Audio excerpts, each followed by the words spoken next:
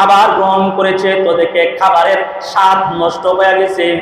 খাবারের মধ্যে আগের মতো আর স্বাদ নাই, ফল ফলাদির ভিতরে আগের মতো কোনো স্বাদ নাই। দুনিয়া সবুজ শ্যামল দুনিয়া কেমন যেন কালো হয়ে গেছে, কালো হয়ে গেছে।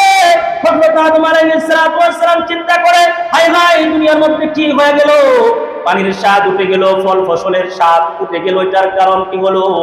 এটার একমাত্র কারণ হইল যখন মানুষের সমাজের ভিতরে উশৃঙ্খলা তৈরি করে, সমাজের ভিতরে যখন দুর্নীতি করে, যখন সমাজের ভিতরে মানুষ ঘুষ খায়, সুদ খায়, রাহাজানি করে, একজন অপরজনকে যখন হত্যা করে, তখন ওই শান্তির এলাকাটা তখন এটা অশান্তিতে পরিণত হয়।